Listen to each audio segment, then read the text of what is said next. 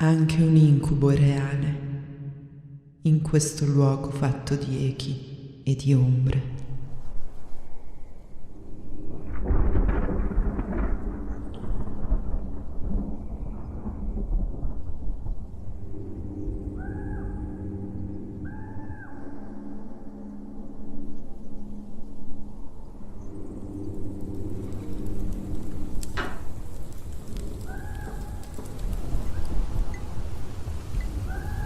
Come mai ci ritroviamo qua tutti assieme?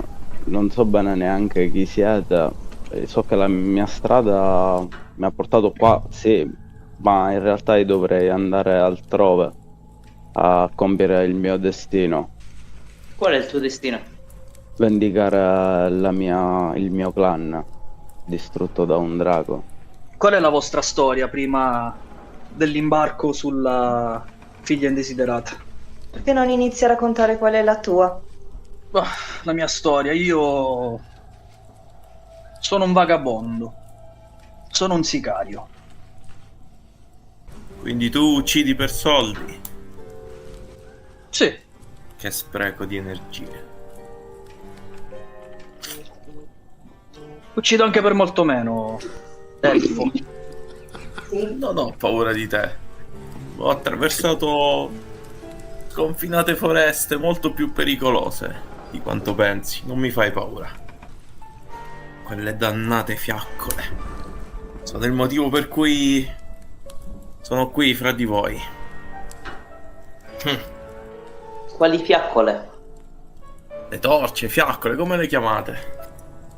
Purtroppo quella sera mi è scivolata dalle mani. Sapete, era la festa per i miei 100 anni.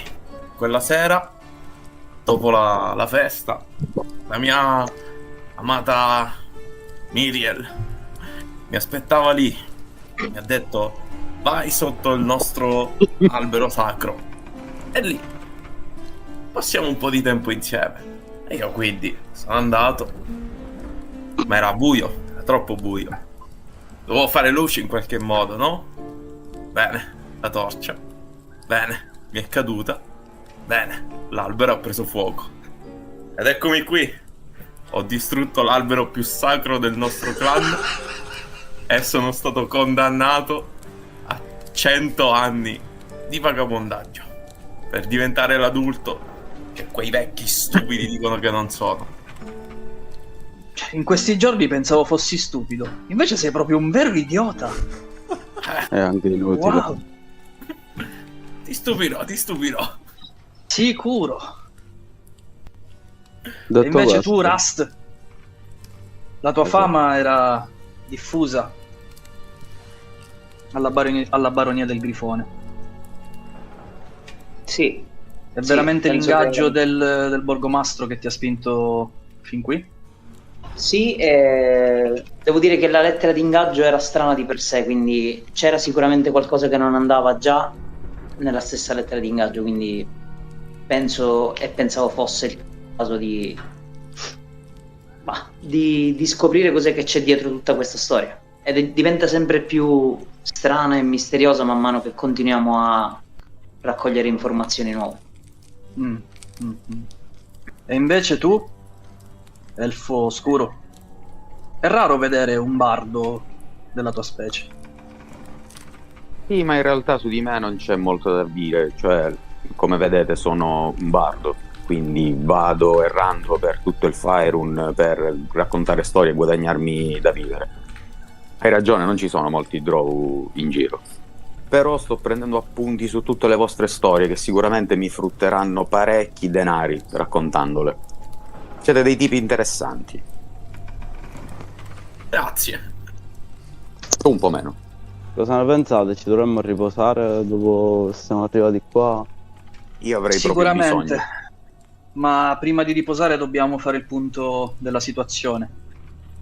Non credo che saremo compagni, però sicuramente siete in gamba, almeno questo è quello che penso. E credo che potremmo aiutarci a vicenda, almeno finché rimaniamo qui. Ad uscire da queste terre maledette. Ladra, Lucinda, giusto? Avete scoperto qualcosa nel vostro girovagare per il villaggio? Siamo arrivati, io e Crastus siamo arrivati a questa chiesa apparentemente abbandonata. Abbiamo trovato un prete che però ci ha in maniera molto insistente persuaso sia dal rimanere lì che dal cercare qualsiasi cosa all'interno di questa chiesa. Sì, Forse nasconde qualcosa. Anche secondo me Sicuro. nasconde qualcosa, ma non so cosa. Sicuramente ci dovremmo ritornare. Esatto. E avete E subito trovato qualche dopo informazione sul conte? ci ha raccontato una cosa interessante. Ci ha raccontato che in realtà c'è stato qualcuno che ha provato a far fuori il conte, però non so come, perché non ci sia riuscito, cosa sia successo. Potremmo scoprirlo però. Avete scoperto Sì. qualcosa sui non morti che abbiamo incontrato a inizio del villaggio? Io li odio i non morti. No. Beh, allora mi sa che le scoperte più proficue le abbiamo fatte noi. Siamo stati alla bottega dei mercanti e un nome mi ha incuriosito. Quello dei Vistani. L'unico nome che riconosco all'interno di questo posto e che abbiamo sentito nominare anche a Città del Porto. Mi ricordo che alla locanda si parlava di un gruppo di Vistani che campeggiavano al di fuori delle mura, e gli stessi Vistani sono dei mercanti qui a Città, al villaggio di Barovia, e riforniscono la bottega. Quindi sicuramente se non dovessimo riuscire a trovare il borgomastro potremmo chiedere a loro. Appena finisci di fare il tuo discorso, senti delle voci provenire proprio dalle tre tizie che stanno parlando fra di loro. Una delle tre, in particolare quella mora, seduta da sola più in là, questa qui, solleva il tono di voce. È una lingua che non capisci, che non riconosci. Si sta rivolgendo ad Arik. Arik, давай, сука, della biosca, tiri di boccia, e indica voi. Ma che è trentino? Tiri di boccia. Ti piacciono i coni? Ti piacciono i coni? Tiri di boccia, babuccia. È così. Devo prendere spunto da qualche parte. Sì, bella, mi piace la citazione. È The Snatch, giusto? Esatto, Sì. esatto. Arik, potresti offrire del vino ai signori da parte mia? Grazie. Vedete, questo ragazzo è molto atletico fisicamente parlando. Ha questi capelli lunghi biondi, ha uno sguardo genuino, buono in volto, ha un volto pulito e la mascella squadrata. Forse è la prima volta da quando siete qui che vedete un uomo sorridere, pieno di vita, e questa cosa la vedete anche nei suoi occhi. Ha gli occhi verdi molto vivaci. Vi mette sul tavolo dei boccali con del vino. In realtà il boccale è mezzo vuoto o mezzo pieno, in base a come la volete vedere. Come la vediamo? Adesso è vabbè. mezzo pieno inizio di una Ok. volata. Vediamo stasera. Piacere di conoscervi. Il mio nome è Ismark. Beh, direi che mi alzo, ma senza allontanarmi. Gli porgo un grazie e gli domando perché ci sta offrendo del vino. Vi ho offerto del vino perché ho visto che siete insomma avventurieri per la prima volta da queste parti. Volevo darvi il benvenuto. Benvenuti nel villaggio di Barovia. Che cosa è Grazie. successo agli abitanti? Perché hanno questa faccia così? Ah, ti riferisci così- ad Arik e a gente come lui? Ne avete incontrati molti, immagino, vero? Anche Abbastanza. qualcuno ha messo peggio. Tipo un non morto. Oh, sì, può capitare, sì. Non è un villaggio molto sicuro questo. Vi chiedo scusa. purtroppo qui succedono cose strane. Sì, il villaggio è così da sempre, che io ricordi. Quasi tutti sono come Arik. Non dipende da Ecco qua. loro. E da E da cosa dipende? Beh, alcune persone sono più vivaci di altri. Tutto qui fa parte della maledizione. Che maledizione. Beh, sapete, e si avvicina il diavolo. Il diavolo. Il diavolo Strahd. Il diavolo Strahd è lui stesso una maledizione. Ha lanciato una maledizione. Si dice che abbia lanciato una maledizione, ma in realtà molti sostengono che sia lui stesso una maledizione incarnata, che si sia scagliato qui per punire peccati ormai dimenticati commessi dagli antenati baroviani. Da Quindi, quanto tempo Strahd governa queste terre con la sua maledizione? da secoli, da che io abbia memoria. Posso Da secoli? Posso sedermi? Sì, ci ha offerto da bere. Prego, prego. Sembrate così gentili. Oh, grazie mille. Mi chiamo Ismark, ma non ho capito i vostri nomi. Io sono Feredip. Piacere. Io sono Lucinda. Piacere. Io sono Krastos, piacere di conoscerti. Amon. Atros. Questo bicchiere è mezzo vuoto. Non vale il nome. Ah, sì, vi chiedo scusa, purtroppo non c'è molto vino ultimamente da queste parti. Non arrivano più tanti rifornimenti di vino come una volta. Non sappiamo bene cosa stia accadendo, ma credo che Arik stia cercando di mantenere più clienti possibili, dando più vino possibile. Questo è quanto posso fare. Una domanda. Certo. Avete tutti paura di nominare il conte? Chiamate il demonio. C'è pericolo che lui ci ascolti in ogni momento? Perché questa paura? Tutti qui lo chiamiamo il diavolo Strahd.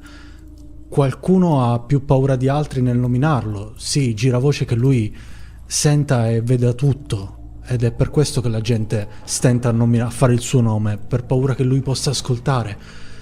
Personalmente io non ho paura. E sbatto un pugno sul tavolo. Io non temo quel mostro. E sentite le voci delle donne che confabulano fra loro. Chi sono quelle donne? Sono le proprietarie di questo posto. Della Capito. taverna. Sì. Si assicurano che i Sembrano clienti di queste paghino. parti. Ah sì, Ti beh, volevo... loro sono un Saranno po' di le mogli ovunque. del conte. Sono delle Saranno le vistane. mogli del conte. No, Sono delle vistane. non sono le mogli del conte, sono delle vistane. Non avete mai visto dei vistani? Sì, certo. È curioso trovarli qui. Ma soprattutto, scusami, Oh no, non direi. Bismarck, Sì. dov'è qui? Esattamente dove ci troviamo? Noi veniamo dalla baronia del Grifone ed eravamo diretti a Waterdeep. Baronia... Ma abbiamo chiesto in giro, nessuno sembra conoscere questo posto. Né Water... tantomeno Waterdeep. Come? Water... Non ho mai sentito nominare queste terre. Sono sempre curioso quando degli avventurieri nominano i loro luoghi di origine e i posti in cui sono stati. Hai mai lasciato questo posto? Mai. Ma conto un giorno di farlo. È possibile In quale- lasciare questo posto? Sommessamente dice... No. È impossibile. Scusa Ismark, ma esattamente in quale zona del Faerun ci troviamo? Non so di che cosa tu stia parlando, Non conosci il Atros. Faerun? No. Questo posto è completamente isolato da tutti gli altri che voi abbiate mai conosciuto ed è per questo che sono sempre affascinato dalle storie che gli avventurieri possono raccontare quando passano di qui. Sai se Capisco. per caso è vivo ancora il Borgomastro. borgomastro? È qua il suo volto si spegne completamente. Il borgomastro, perché chiedete se è ancora vivo? Cosa ne sapete voi? Il borgomastro mi aspetta, mi ha convocato qui. Questo non è possibile. Hai una prova di ciò che sostieni, nano? E gli mostro la lettera. Gli mostri la lettera dell'ingaggio, controlla prima di tutto il sigillo, lo guarda intimorito e dice: no, quando ti è giunta questa lettera? Non più di una settimana fa. La apre la pergamena, la srotola, la controlla e dice: ma questa non può averla scritta il borgomastro. Non è stato Perché? lui, conosco bene la sua calligrafia. E questa non l'ha scritta il borgomastro, ve lo posso garantire. Non so chi ti abbia consegnato questa lettera, ma di sicuro ti ha giocato un brutto scherzo. E invece Io direi- quest'altra? Questa è la lettera di mio padre. Tuo padre? Il mio nome è Ismark Indirovic. Sono il figlio del borgomastro Kolian Indirovic. E cosa è successo al borgomastro? Dov'è tuo padre? Ma soprattutto perché ci arrivano lettere fasulle per farci arrivare in questo luogo? Si risiede. Scusa Rust, chi è che ti ha consegnato questa lettera d'ingaggio? Adesso me l'ha consegnata una persona che mi sembrava avesse l'accento di quelle 3 tipe lì, dietro di me. Credo che sia stato il classico scherzo dei Vistani. Ti hanno consegnato una lettera falsa per fare in modo che tu arrivassi nelle terre di Barovia. E l'hanno firmata col nome di mio padre. Quello sporco diavolo. Sono sicuro che c'è lui dietro. Magari voleva che tu venissi qua, Rust. Nel mio vagabondare non ho mai sentito parlare del Conte Strad, né tantomeno di Barovia. Nessun canto che io conosca. I libri che esistono nella baronia, non ho mai letto niente al riguardo del Conte Strad né di questo posto. C'è qualcosa Nessun di bardo molto strano. mi ha mai narrato di questo Contestrad. So che ti sembrerà una domanda stupida, ma che giorno è oggi? Posso dirti con certezza l'anno. I giorni qui Sì, vagano fra... Il tempo è un po' distorto nella mente di tutti. Siamo nel 735. Direi di no.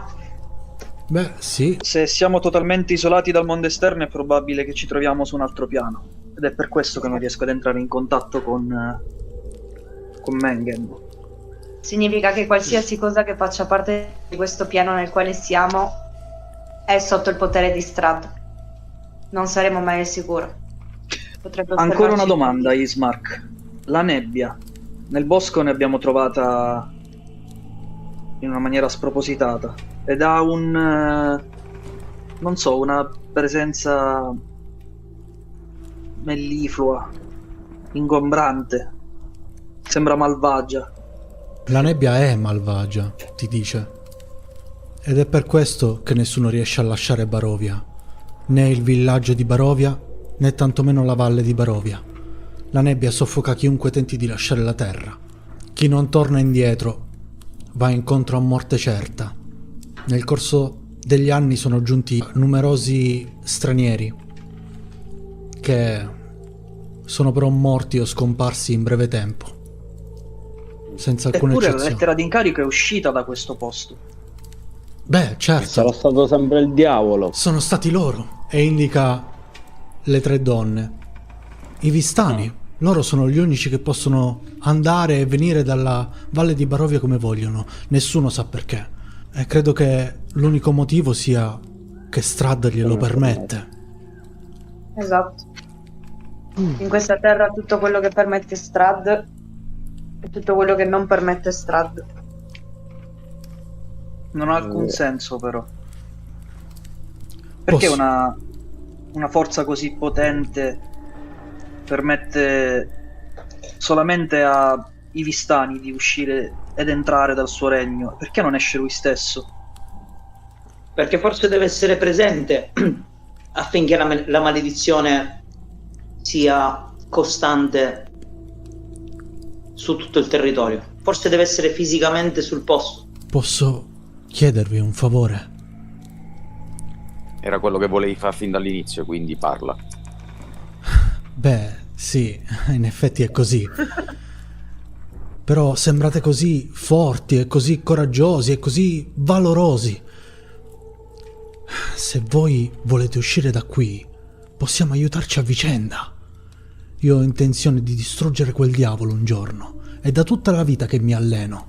Si alza e vedete effettivamente le sue spalle enormi. È proprio il fisico di un uomo molto allenato.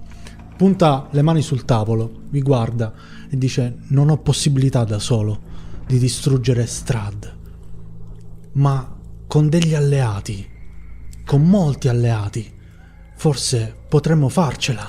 Soprattutto quando ti tiri delle persone perdi la balbuzie. Soprattutto quando?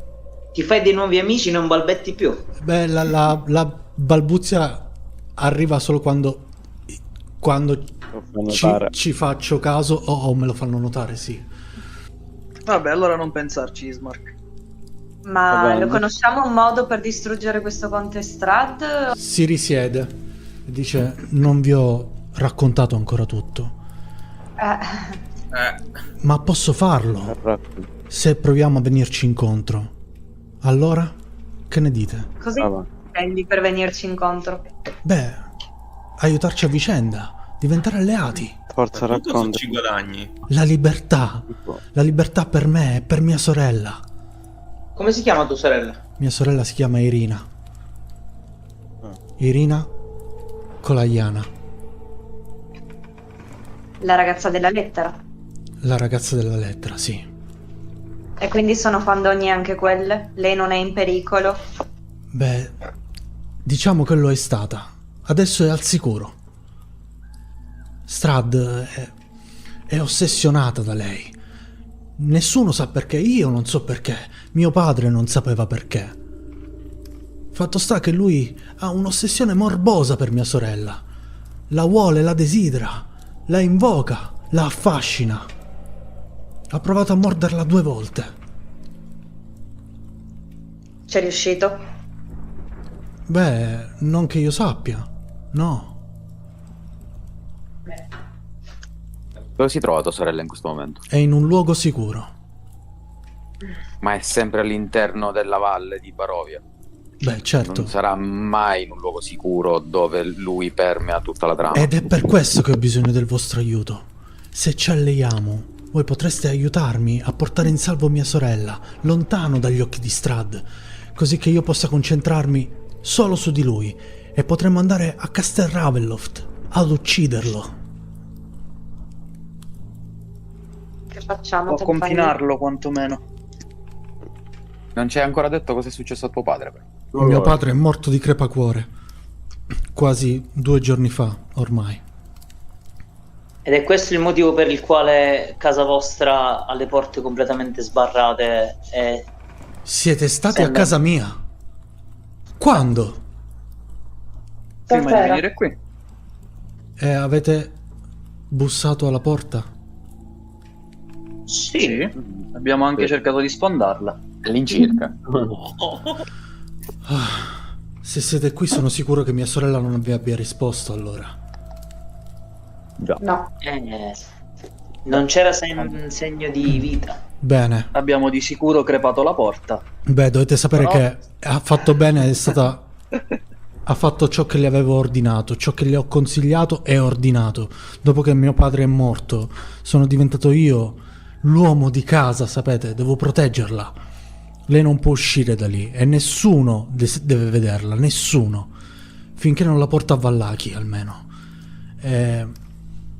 Se siete stati lì... e lei Dove? non- a Vallaki. Dov'è Via... Vallaki?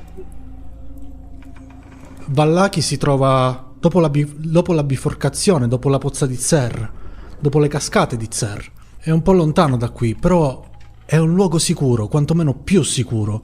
È più lontano dall'occhio di Castel Ravenloft. C'erano diversi buchi nel giardino di casa tua. Come ho detto, mio padre è morto di crepacuore 2 giorni fa. Non Esatto, perché... la causa scatenante? Beh, la causa scatenante sono stati gli attacchi. Strahd è talmente ossessionato da Irina che non fa che invadere casa nostra con le sue spie, con i suoi abomini, con gli zombie, con i mostri, con i lupi. Abbiamo dovuto barricare le finestre, chiudere tutto. Ma quando mio padre ha visto che gli attacchi non finivano, non ce l'ha fatta, il suo cuore non l'ha retto. E così è morto. Quel castello maledetto non fa che puntare il suo occhio corvo su di noi. E Vallaki è più lontana. Sicuramente Irina sarà al sicuro lì. E poi lei è così testarda. Non vuole sentire ragioni. Ho cercato di metterla al sicuro più e più volte. E invece lei che fa? Beh, non vuole lasciare il corpo di nostro padre. È lì con la salma di mio padre. Dobbiamo seppellire quest'uomo, ragazzi. Dobbiamo dare una degna sepoltura al borgomastro e fare in modo che lei inizi probabilmente. Lo fareste davvero? E che dobbiamo fare? Ma perché non l'hai fatto tu? Se non vuoi rivederlo sotto forma di non morto. Io non posso farlo perché No. io da solo non riuscirei mai a portare la bara alla chiesa, a padre Donavic. Ci vogliono più persone. Non posso farlo con Irina perché Irina non può uscire dal luogo in cui si trova adesso. In qualsiasi posto lei vada, Strahd può puntare il suo occhio malefico su di lei. Entrambe le lettere, io quella che ho ricevuto e il mio compagno di viaggi che ha trovato, in entrambe c'è scritto che Irina in realtà è affetta da una maledizione e non ne parla assolutamente come una persona in salute o sana di mente. Quindi ci stai dicendo che tutto questo è falso? Credo che mio padre... Beh, la tua lettera non posso commentarla perché è sicuramente un falso. E credo che sia soltanto una lettera allarmista. L'altra, quella che io ho riconosciuto come vera, posso solo supporre che mio padre abbia un po' voluto ingigantire la cosa. Irina sta bene. Vorremmo constatare questo stare bene in realtà. Preparerò Irina al vostro incontro. Le dirò che ci aiuterete a seppellire nostro padre. Dopodiché la porteremo tutti insieme a Vallaki. E una volta lì, faremo un piano per distruggere il demonio. Il mio scudo è al tuo servizio. Ti proteggerò finché non lo ammazzerai. E tu avrai la mia spada fino a che la morte non mi prende. Stiamo calmi con i giuramenti. Voi parlate di uccidere un vampiro in un posto dove la notte sembra eterna. Io so già come fare. Conosco il punto debole di Strahd. Quale sarebbe? Beh, non ne sono del tutto convinto, ma l'acqua. Sembra che l'acqua corrente agisca come acido sulla pelle di un vampiro. Cosa pensi di poterlo affogare? No, credo di Una poter svolta. sfruttare questa informazione come un'arma. Io pensavo altro. Bismarck servirà ben più di questo per raggiungere l'obiettivo. Ma tra l'altro se Concordo con batterebbe bagnarlo, visto che tua sorella è una delle poche che potrebbe avvicinarlo tranquillamente, potrebbe farlo lei. Quindi non penso che sia così Strahd facile. è molto sfuggente, non è così facile riuscire a prenderlo appunto. come voi pensate. Va bene, ragazzi, non abbiamo niente da perdere, solo una persona in più da aggiungere a quelli che già siamo e in qualche modo dobbiamo uscire da qua. Ma più che altro sembra avere delle informazioni utili ed è l'unica persona apparentemente del posto che sembra essere ancora... Perdonami. A proposito, c'è una mappa della città? Ce l'abbiamo. Ce l'abbiamo. Sì, se andate Perdonami. all'Emporio di Bildrat sicuramente troverete una mappa del villaggio. Infatti, Mi in sembra realtà ne basta. abbiamo più di una di mappe. Davvero? E guarda Amon. Non so di che cosa stai parlando. Hai una mappa? Bismarck. Mentale, sì, di tutti i luoghi che ho visto. E che luoghi avete visto? Voi siete un bardo. Assomigliate molto agli elfi del crepuscolo, almeno da quello che ho sentito, io non li ho mai visti. Perché non mi cantate una delle vostre liriche? Voglio sentire le storie più grandi che avete da Ce raccontare. l'hai di fronte? Cioè? Il bardo posa il taccuino sulla quale aveva preso appunti fino a quel momento e inizia una melodia in cui racconta il rap che ha là davanti.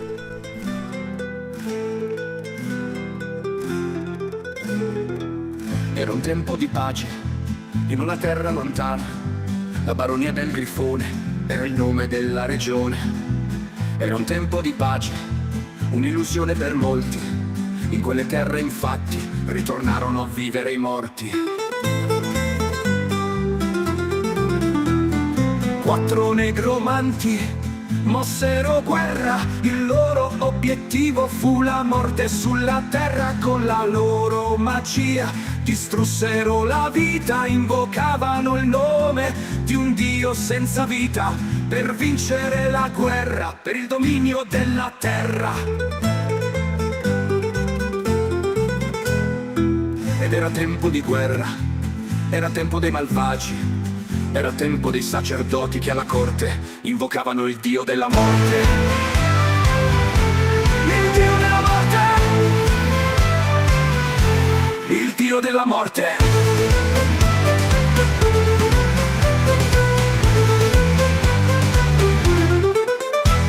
Un giorno però, un gruppo di eroi partì alla volta della battaglia, alla volta della vittoria, per riportare la vita alla gloria. Rast, Algina, Drager, Reas, Silan, Laka, Gildoar, sono i nomi di chi ha lottato, sono i nomi di chi è caduto, sono i nomi di chi ha impedito il ritorno del male sul piano materiale.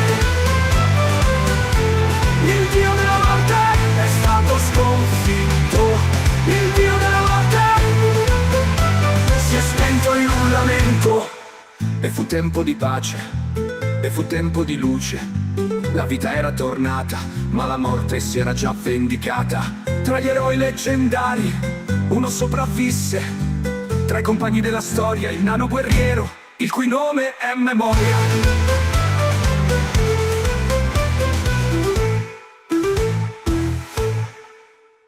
È incredibile. È una storia così bella eppure così triste. E voi avete vissuto tutto questo insieme ai vostri compagni, che adesso sono morti. Mi dispiace, sono davvero addolorato. So cosa si prova quando perdi qualcuno a cui sei molto affezionato. Però siete l'eroe del vostro villaggio. Come ci si sente? È il mio sogno da una vita.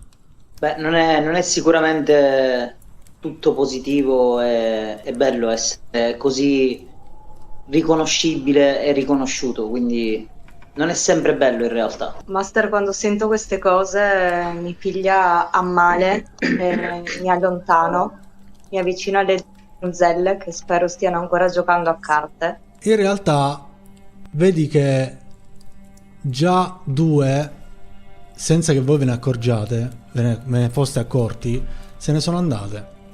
Le chiedo se sta ancora giocando a carte. Lei continua a fare il suo solitario, ti volge uno sguardo a malapena, dice: queste non sono carte, signorinella, e continua a giocare. Mi siedo. E quindi cosa sono? Sono tarocchi, cara. Non sono molto brava a leggerli, di sicuro non sono brava come Madame Eva, ma sto imparando. Saresti veramente in grado di fornirmi qualche informazione? Facciamolo dire alle carte. Voglio sapere qualcosa su mia madre. Ok, mi tiri 2 di 20, un di 10 e un di 4, tutti insieme. Mette sul tavolo 4 carte, 4-5 carte. Al centro compare quella che ti prende e ti mostra. Dice: dalle carte che vedo sul tavolo sembra che tua madre ti abbia abbandonata quando eri molto piccola. E dalla carta che vedo al centro, e indica la filantropa, sembra che l'abbia fatta per sua convenienza personale e non perché voleva proteggerti o per amore, ma solo per se stessa. Menti. Non è possibile. Prende le Sei una carte, le rimette, le mescola e poi se le mette in un sacchetto. Le carte non mentono, tesoro. Ti mette una mano sulla guancia. Mi dispiace per quello che hai vissuto, Ma probabilmente tu non conoscevi tua madre come le carte conoscono lei. Ci vediamo. Ritorno al tavolo e Avete guardo i ragazzi avete conosciuto e- Alenka, vedo. È una tipa un po' strana. Alenka, la taroccanta. Alenka. Ah no, non è lei la donna che fa i tarocchi. Lei si esercita e basta. Ha parlato di una Madame Eva. Ah sì, mi sembra che si chiamasse Madame Eva o qualcosa del genere. Credo che sia la loro cartomante, il loro capo dei Vistani. Non so bene. Sinceramente non mi sono mai interessato più di tanto. Sapete, io cerco di mantenere una certa distanza con loro. Non mi piacciono molto i Vistani. Credi che sia stato molto saggio da parte tua raccontarci tutte queste storie sul demone accanto a queste donne? Non fa nessuna differenza.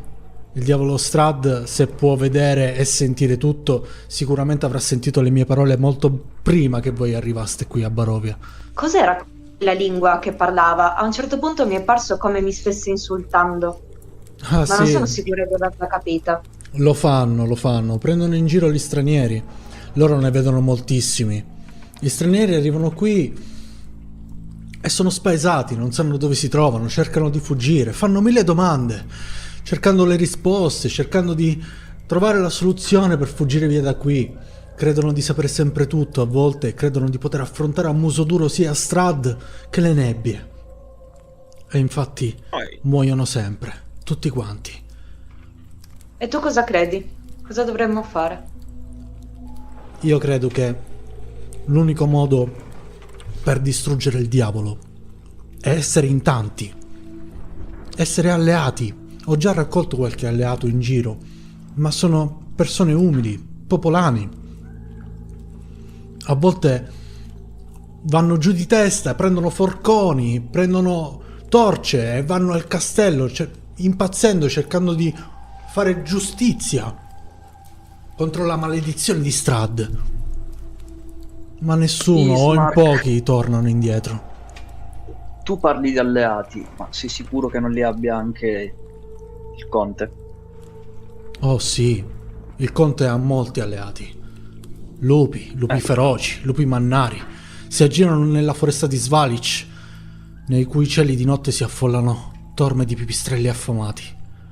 Non parlo di creature non senzienti, parlo di creature pensanti.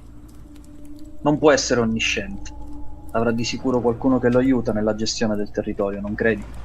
Gli Beh. stessi Vistani probabilmente. I Vistani stessi. I Vistani... Credo che i Vistani siano più... I Vistani non sono dei combattenti, i Vistani sono nomadi, No, sono infatti. mercenari, sono dei costruttori, degli artigiani. Ma non... Comunque gli alleati di Strahd sono esseri abominevoli per la maggior parte, sono spie che si aggirano per la valle di Barovia e senza alcuno scrupolo uccidono, torturano, sbranano. Ne avrete visti, no? Non ci sono altri vampiri allora, lui è l'unico. Oh, sì che ci sono, ma sono tutti succubi del diavolo Strahd. Esseri normali, persone che prima erano popolani del villaggio di Barovia, persone con figli, che sono stati vampirizzati e sono al suo servizio. Andiamo a sotterrare tuo padre. Possiamo anche farlo adesso, io posso offrirvi la cena, l'importante è farlo prima di mezzanotte. No, lo facciamo domani. Che succede a mezzanotte? Da quanti giorni siete qui? Da Non abbiamo idea. Troppo poco per sapere cosa succede a mezzanotte. Neanche da 24 Quindi non avete ore. visto la marcia dei morti, vero? La marcia dei Cos'è la morti. marcia dei morti? Quando andremo a seppellire mio padre, ve ne parlerà padre Donovic. È un uomo buono. Io l'ho conosciuto questo padre Dorovic del quale tu parli. Donovic. A me è sembrato un uomo molto sfuggente, invece, che avesse qualcosa da nascondere. Non era ben disposto nei miei confronti, e Beh, tantomeno in quelli di Christos. Padre Donovic è un uomo molto sofferente. Ha perso suo figlio più di un anno fa e da allora non si è più ripreso. Va bene. Facciamo che intanto ci ridiamo appuntamento per domani mattina, direi. Tua. D'accordo? Là da casa tua, taverna? A casa mia No, andrà no. bene. Casa sua, A casa sua. tua. Va bene, è stato un piacere, È stato un piacere anche per me. Beh, molto interessante. vado da Arik a farvi preparare le stanze. E se ne va. Io vi guardo a tutti e vi dico, non lo so, qua in sto villaggio mi pare che anche per quelli che sono sani di mente c'hanno qualcosa da nascondere, non so quanto possiamo fidarci di lui, però è la nostra unica chance. È strano forte questo tizio. Mai sentito di una bestia che si distruggeva Io no. là? Non Io abbiamo non ho molte ancora- alternative. Io non ho ancora no. capito quali sono i vostri obiettivi e perché avete accettato così di buon grado di aiutare uno sconosciuto. Non ce ne possiamo andare da qua. Beh. Comunque. A conti fatti, l'unico ad accettare è stato Mr. Drago. A conti fatti, l'unica cosa che so è che sembra non esserci un modo per andare via da qua, a meno che non siamo questa maledizione. Ergo, credo che dovremmo uccidere il conte. Ergo, credo che dovremmo avere un po' più informazioni su come uccidere questo conte. Quindi magari un alleato di questo posto non farebbe poi così tanto schifo. Scusate, non vorrei interrompervi, ma... No, dici, Snark. Dice bene, le stanze saranno pronte a breve. Vi auguro una buona serata, buona cena e buonanotte. State attenti Grazie. ad aggirarvi nel villaggio, di notte non è molto sicuro, anche se siete degli eroi. Alla prossima. Arriva Arik e vi porta del cibo, lo mette sul tavolo e dice è già pagato e se ne va. Vabbè, come ci dividiamo? Le Stavamo stanze? dicendo. Prima Ah sì, delle cosa mi stavi stanze, dicendo? Vero. i Vistani sanno come uscire da qui. Esatto. Loro hanno fatto uscire la lettera, quindi sapranno. Loro stessi sono usciti fuori, no? Pensateci bene. Certo. Loro sono gli unici che riescono a commerciare, che riforniscono i magazzini. In questo posto non c'è niente da centinaia di anni. Come fanno a portare oggetti dall'esterno? I Vistani Sono- escono solamente per volere di Strad, non hanno un modo loro per uscire. Esatto. Hanno A il prescindere- permesso. Atros, a Strad, prescindere da secondo me questo... non può uscire da qui. Strad sono convinto pure io che non possa uscire, o meglio, non Può possa essere. lasciare l'area di influenza che vuole mantenere. Questo Può essere, lo immagino ma- pure io. Ma a prescindere da questo non mi sembra giusto lasciare... Cioè, cosa facciamo? Troviamo un modo per uscire, ce ne andiamo e basta. E lasciamo tutti gli avventurieri, tutta la gente che finirà qua in mano a Strad.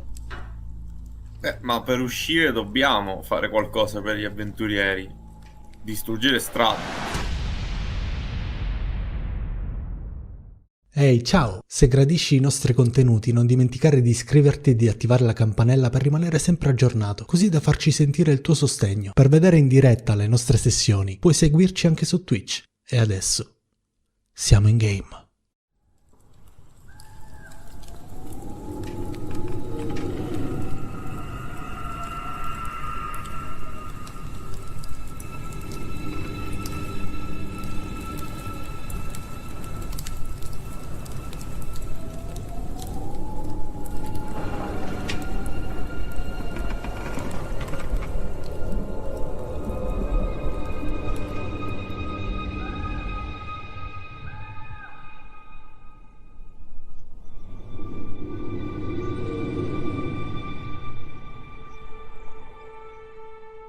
Mentre Atros sale le scale e va per andare a dormire, guarda Lucinda e le dice: ricordati di quello che hai in tasca. E mentre lo fa girare delle chiavi sul suo dito e se ne va a dormire. Avete tutto questo piano a disposizione, eh? Atros. La mia spalla. Mhm. Che fai? Mi riposo, aspetto che si faccia quasi la mezzanotte. Ok. Feredir, tu che fai? Non è che ho molto da fare. Posso chiedere a Rust se si ricorda di un certo Trager.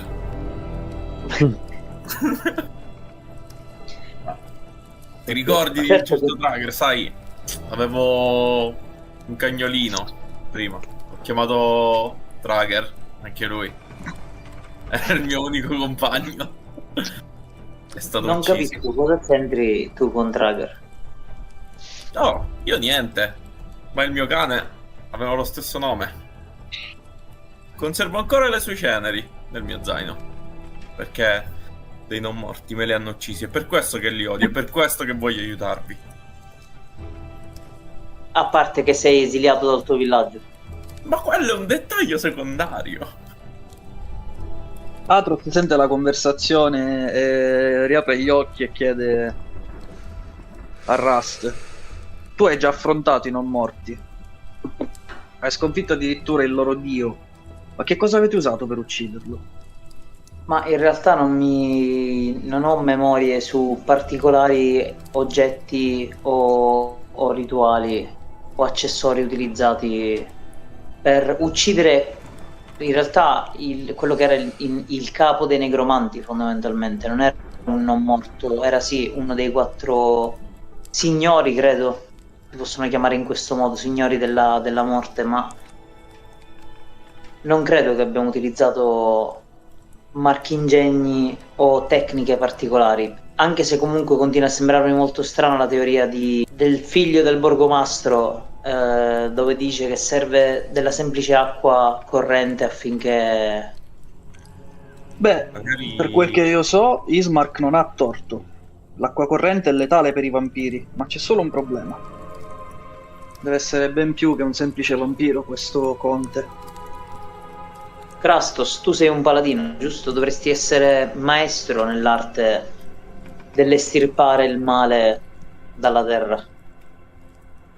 So ancora a individuarlo solamente. Stirparlo sì, ci posso provare. C'ho una grande forza in questo. No, non ho mai Atros giro di- torna a dormire.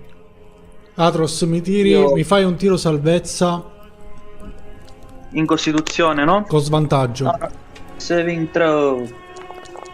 Dobbiamo fare 20 e 19. 15. Hai visto? Oh, Vedete che improvvisamente Atros si getta sul letto e chiude gli occhi. No. Che fate? Io vorrei chiudere a chiave questa porta qui Sì. di fronte, perché è un accesso diretto. Prima, mentre parlavano, sono uscito ed è un accesso diretto alla stanza. Cioè, Io ma il modo in cui Atros si è addormentato a noi è sembrato, cioè si è messo a letto e a noi è sembrato naturale, oppure Boh, non è che lo conosce abbastanza per poterlo dire. Sembra che si sia messo a letto normalmente. È caduto un po' di peso, ma niente di strano. Sfrutto questo tempo per finalmente usare l'anello dell'invisibilità. Quindi magari esco dalla stanza perché c'è troppo bordello. Quindi mi metto nel corridoio dove dovrebbe non esserci nessuno, in teoria. Mi concentro sempre di più per cercare proprio di sentire un legame tra me e questo anello, per poi infilare questo anello e sperare di essere... Dunque, abbiamo Lucinda che mentre il silenzio è calato profondamente all'interno della taverna, lei è lì concentrata con il suo anello, lo sta girando e rigirando fra le dita, concentrandosi come mai aveva fatto prima. Fissa una piccola gemma che è sull'anello, entra in quella gemma come se entrasse in un'altra dimensione, si concentra così tanto che lei e quell'oggetto diventano quasi un'unica cosa in simbiosi e lo indossi. È come se tu fossi entrata in un'altra dimensione, ma sei nella stessa dimensione di prima, soltanto che sei completamente invisibile. Tan tan. Come dire, non mi rendo conto di esserlo, cioè so di esserlo per... Ti rendi conto di esserlo perché l'anello ha funzionato e lo sai grazie al fatto che tutto il mondo intorno a te è diventato nebbia e fumo grigio. Ok, non c'era un altro piano.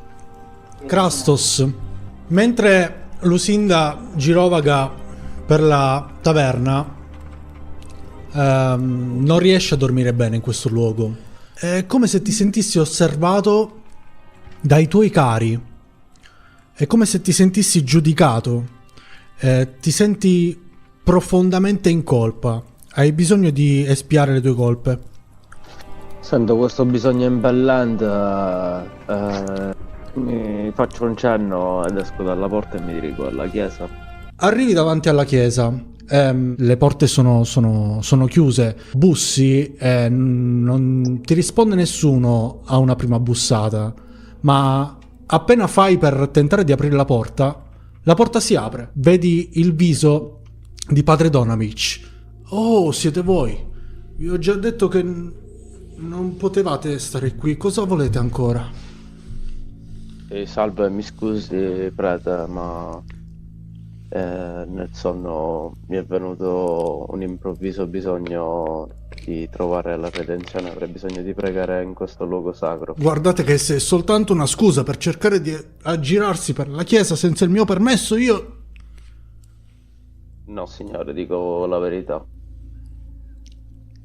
Ti guarda, ti vede un po' affranto e dice: ebbene, sia, ti confesserò io stesso. Entra, figliolo. E ti porta ad una nicchia, bacia una collana con la croce e comincia a fare il segno della croce e aspetta.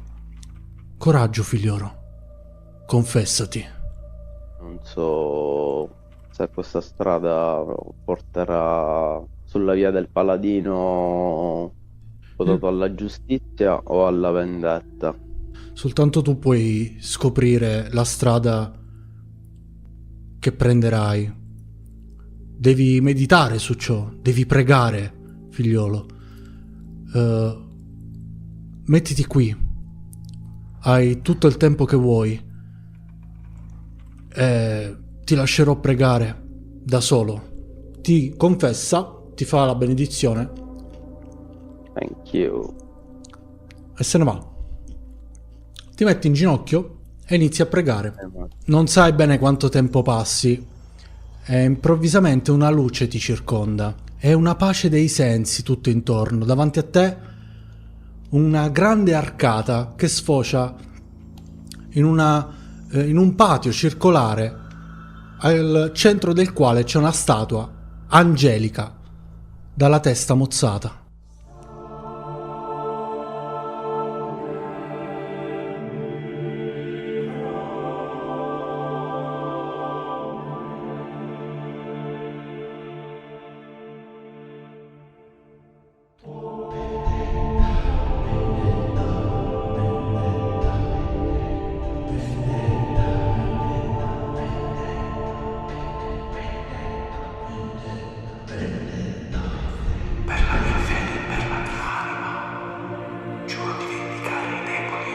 Per la mia fede e per la mia anima giuro di vendicare i deboli e gli oppressi. La mia spada sarà la loro voce, la mia armatura è il loro scudo. Non conosco pietà per i malvagi, né perdono per i loro peccati. E non mi fermerò finché non avrò visto la fine di ogni tiranno e oppressore. Che la mia anima sia maledetta se mai mi allontanerò da questo giuramento sacro.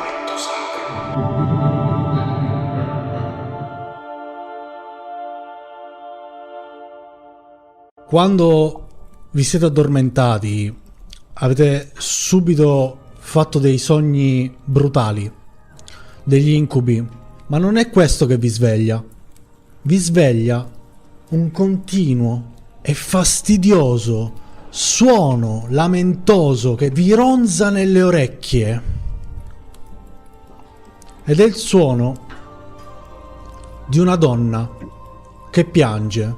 Sentite anche voi. Atros! Atros non si sveglia. Cazzo!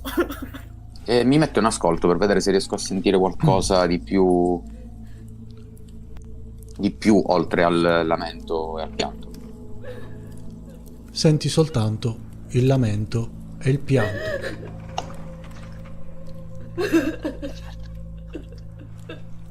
Rust, cosa dobbiamo fare? Dovremmo indagare. Master, li raggiungo dentro la stanza. Mi sentite? Ma sei tu, Lucinda? Dove sei? Perfetto, vuol dire che allora sta funzionando. Mi tolgo l'anello e gli spiego quello che mi è successo. Gli dico che sono riuscita a padroneggiarlo, ho visto tutta quanta la taverna, sopra ci sono altri balconi dai quali potremmo vedere la marcia dei non viventi, sembra che sia tutta vuota. Nel tuo viaggio nell'albergo hai sentito in questa locanda, sei riuscita a percepire urla? Quasi come un lamento di una donna. Non senti questo lamento E in costante? quel È ancora momento presente? sentite un tonfo improvviso all'interno della stanza in cui eravate. Vabbè, mi ci dirigo a sto punto. Entrate e vedete Atros Che è caduto dal letto. No, che praticamente ha aperto una cassa che si trova davanti a un letto, ne ha tirato fuori una pergamena e un carboncino. Si è messo sul capezzale e ha cominciato a scarabocchiare qualcosa. Come se non si fosse accorto di voi, continua a scarabocchiare in maniera compulsiva. Mi metto dietro di lui e provo a capire cosa sta scarabocchiando, cosa sta scrivendo. Non capisci bene, sembra uno scarabocchio insensato. Provo a bloccargli la Più mano. forza fai, più lui fa forza e ti allontana improvvisamente con la sua coda. Boom. Ragazzi, Lasciatelo fermi, disegnare. è in trance, vi fareste del male. Vabbè, Vi rendete ragazzi, conto quando ha che finito- forse è il caso di lasciarlo stare? Quando ha finito venitemi a raccontare quello che ha fatto, io vi saluto, buonanotte. Io torno nella mia stanza, mi metto alla finestra e guardo verso la finestra della casa accanto da cui veniva la luce fioca e probabilmente anche questo lamento. Ok. Vorrei andare verso la fonte di questo cazzo di pianto. Esatto, Allora, anche io. voi tre, via. Andate.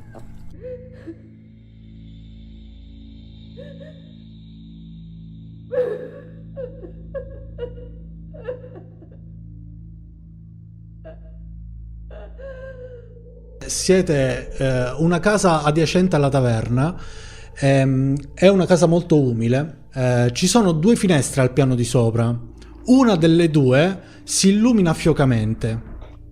La casa è sicuramente questa, sentite chiaramente il pianto, è al piano di sopra. Quindi qui sotto non sembra esserci nulla di fuori. No. E sembra semplicemente una casa che è abbandonata da qualche giorno. Ok? Quindi proviene da sopra. Sì. Io direi di salire sopra e vado avanti io per primo. Salite. In cammino per vedere cos'è che c'è. Vedi che c'è una stanza tappezzata di pergamene, di fogli, di disegni fatti da una manina, fatti da una bambina o da un bambino. Alcuni rappresentano una bambina che tiene la mano di una donna, ma sono disegni molto grossolani. Un altro rappresenta una strada vista dalla prospettiva di una finestra e un altro rappresenta sempre la stessa cosa, quindi una strada davanti a una finestra, però con delle persone. E il suono? Viene da un'altra stanza, proprio qui. Io vorrei fare un attimino percezione sul letto per capire se capisco se è utilizzato da poco, se ci sono ragnatele, che ne so. Ok. Ai. Il letto è perfettamente fatto, come se non fosse usato da diverso tempo, da diversi giorni. Diversi giorni? Sì. Ok. Quindi, dato che il suono sembra provenire da qua, mi avvicino alla porta per aprirla e faccio cenno ai compagni di tenersi eventualmente pronti. Ok. Vabbè. Vedi una donna, Cazzo è? è in ginocchio, sta piangendo, sta tenendo a sé una bambola di paglia. La donna è smunta, ha gli occhi profondamente incavati e colmi di lacrime. Chi siete? Come avete fatto a entrare? L'avete trovata? L'avete trovata? Ditemi che l'avete trovata, vi prego. Chi dobbiamo trovare? Vi sentivamo piangere dall'altra parte della strada, ci siamo allarmati. Siamo venuti a controllare se steste bene, chi ci fosse dentro questa casa. Non avete trovato mia figlia? Non l'avete trovata allora? Come si chiama? Come si chiama? Vi guarda e fa: chi? Come si chiama? Come si chiama? E guarda la bambola. Tu lo sai come si chiama? E fa fare di sì alla bambola. Poi vi guarda e dice: chi siete? Amici. Avete trovato mia Abbiamo- figlia? Avete trovato Gertruda? La stavamo giusto cercando. Se ci poteste aiutare e farci ricordare come fosse fatta vostra figlia, ve ne saremmo eternamente grati. Oh, lei è davvero bellissima. Non è vero che è bellissima, Iris? Sì, è la bambina più bella del mondo. È pallida in viso, ma ha gli occhi così chiari, come le pozze di Zer vicino a Vallaki. Io le ho viste una volta. Lei invece mai. Mai? Chi siete? Cosa fate qui? Stavamo cercando Gertrude. È colpa mia. No, non è colpa mia. Smettila di dire che è colpa mia. L'ho rinchiusa per il suo bene. Io le volevo bene. È pericoloso lì fuori. Cosa le è successo? Cosa le è successo? Che è successo? È successo qualcosa? Chi? Dove era rinchiusa? Qui. Questa è casa sua. È casa sua. Non doveva andarsene. Io l'ho fatto per lei. Non doveva uscire da questa casa. L'ho tenuta qui per tutta la sua vita. Voleva uscire, giocare. Guardava i bambini giocare fuori dalla finestra. Ed è in quel momento che ti ricordi dei disegni che la ragazzina aveva fatto. Era Quella così era la bella. sua stanza, quella accanto? Sì, la sua stanza. Poi vi guarda,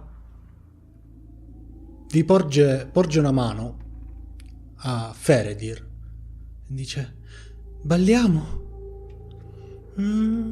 Che no. E inizia a ballare con la bambola. Balliamo? L'ultima volta che l'ha vista, che cosa indossava? Oh, Aveva per caso un vestito a fiorellini?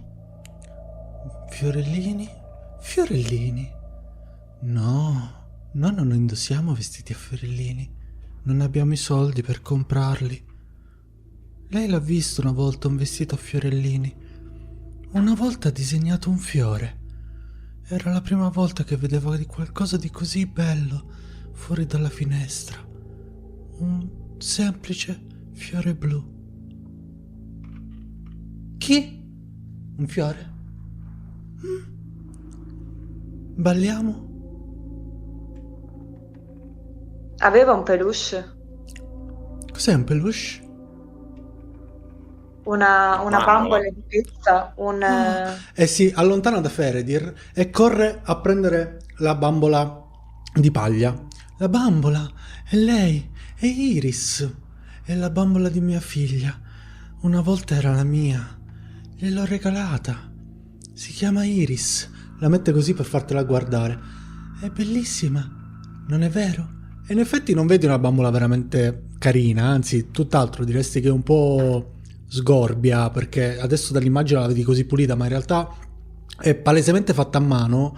È carina, sì, ma ha visto giorni migliori. ha visto giorni presumo. migliori, sì.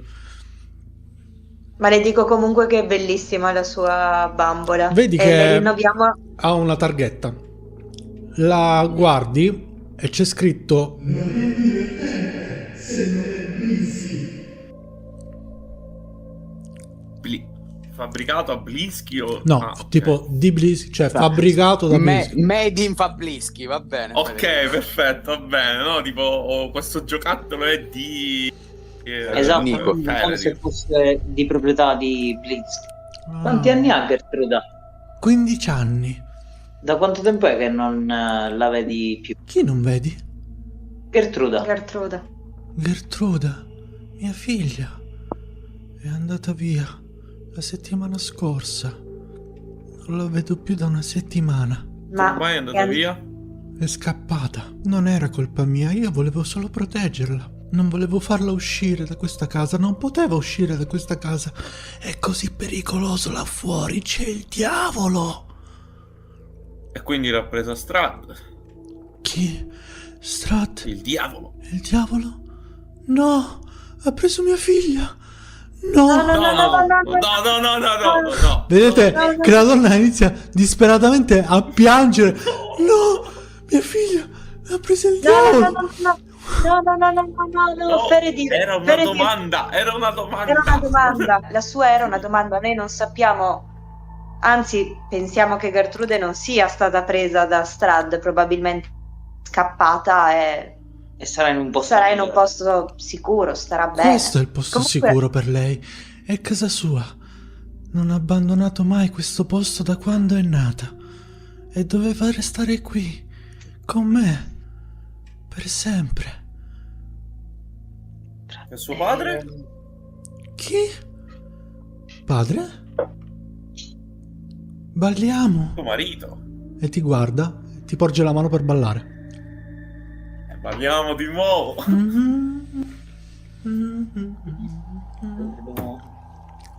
Se dovessimo vedere Gertruda, anche se comunque abbiamo visto parte della popolazione che la cercava per la foresta subito qui fuori dal villaggio. Quindi Io... li ha indirizzati lei lì per caso? Sono amici. Hanno saputo che mia figlia se n'è andata e hanno cercato in tutti i modi di riportarla indietro. Ma nessuno la trova. Vabbè, prima di andare via, non è che vorresti un pasticcino dei sogni? Così per... Ho molta fame. Ne mangio solo un morso. Sono così buoni questi. Sono della vecchina dolce e gentile che viene sempre qui. Le dà un morsetto.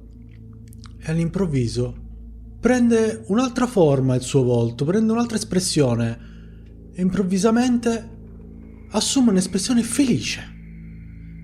Guarda la bambola e dice: figlia mia, Gertruda, sei tornata. La sta mangiando. Sei tornata. E abbraccia la bambola e inizia a piangere. Drogata. È tornata, hai visto? Finalmente è tornata Gertruda. Non ti sente.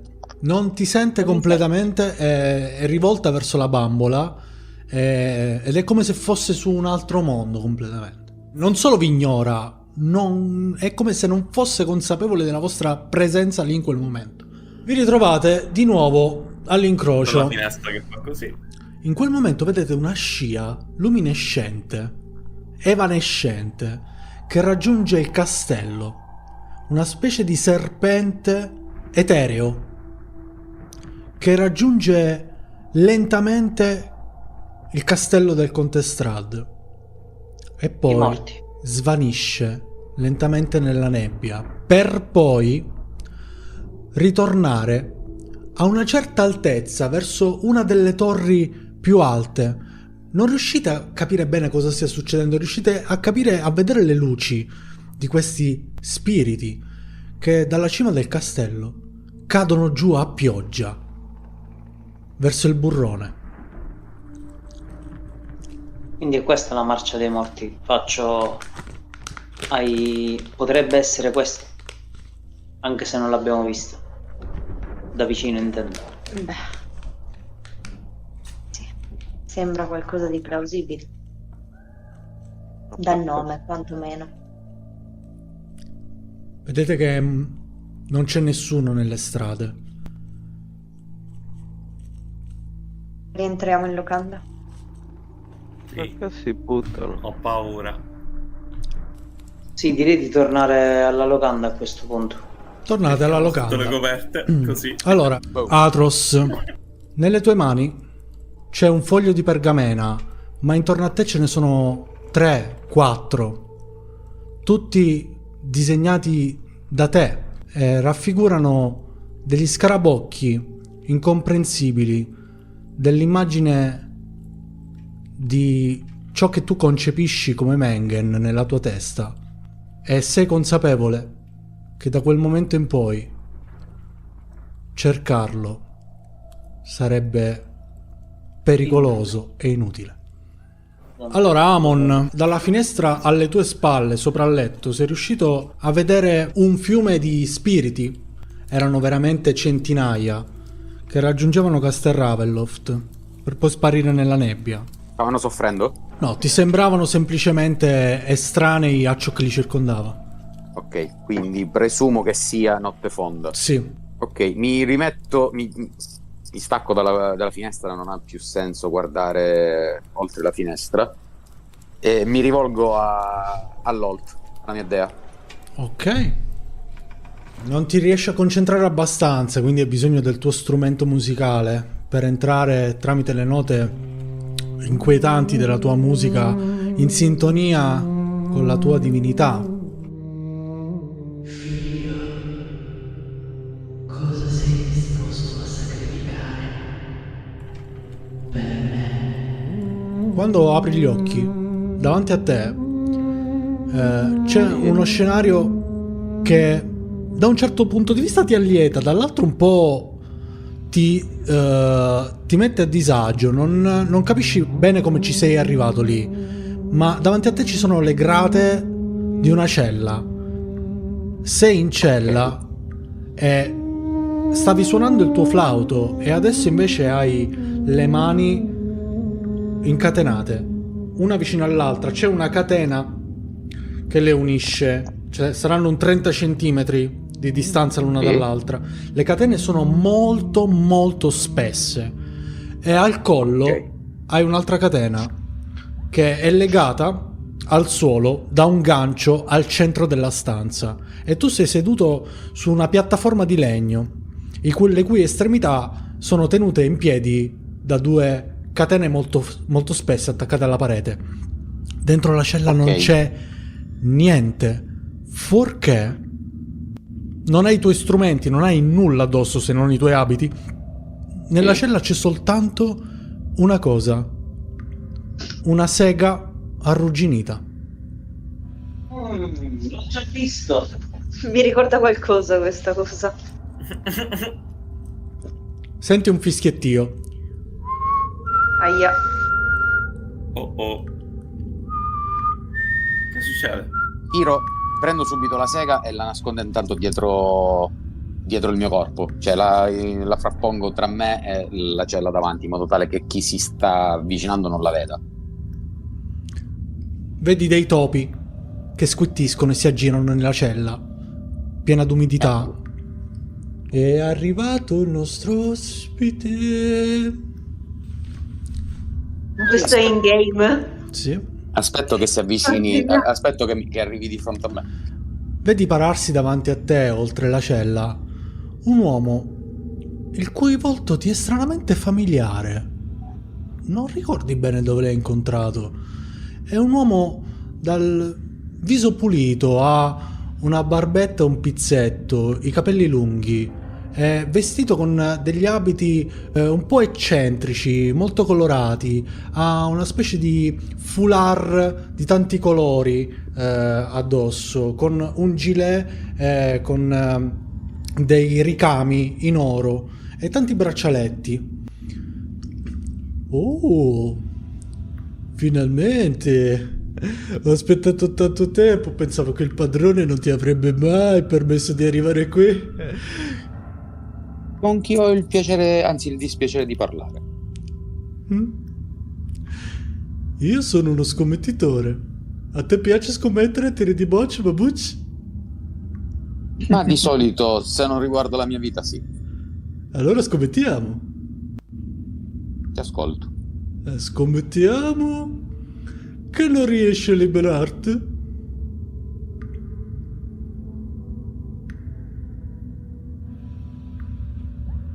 Io punto tutto quello che ho. Vediamo. Ho di bisca di cattivaia. Prende dei soldi. Sono una trentina di monete d'oro. Le mette a terra. Da. Di sbaganovia. E si mette così. No. Io attende. Eh? Chi sei? Chi sei tu e dove mi trovo? Io sono umile servitore. Sono qui solo per vedere questo bellissimo spettacolo, sì. Umile servitore di chi? Umile servitore di mio padrone. Ok, non si riesce a cavare un legno dal buco. Ti avviso. Sembra sogno, sì. Ma se tu, per errore, dovessi ferirti a una mano, ti sveglierai grondante di sangue. Divertente gioco, eh? Ho capito. Dai, non c'è molto tempo. Se non dovessi partecipare a questo gioco, cosa mi succederebbe?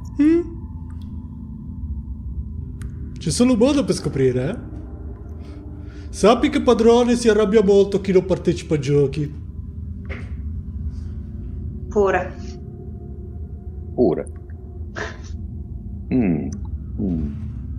E poi è tutto così noioso. Dai, liberati! 30 monete forse poche per incentivarti, eh? Allora Davishka, si riparuscaia. Prende altri soldi e mette a terra ben 100 monete d'oro. Quindi 100 più 30 sono 130. Adesso più incentivato? Io scommetto tu lo libera per 130 monete d'oro. Se tu ti liberi, prendi i soldi. Se non ti liberi, ho vinto io. Che cazzo? Mi devo tagliare un braccio? No. Forse tu è arrivata a soluzione. Adesso vediamo spettacolo. Sono molto curioso. A me piace scommettere.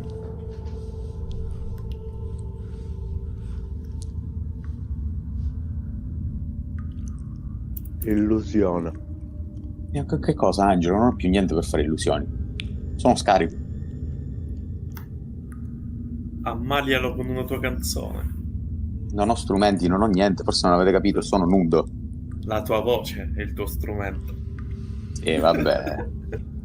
Quindi prendo la sega e mi mozzo la mano sinistra.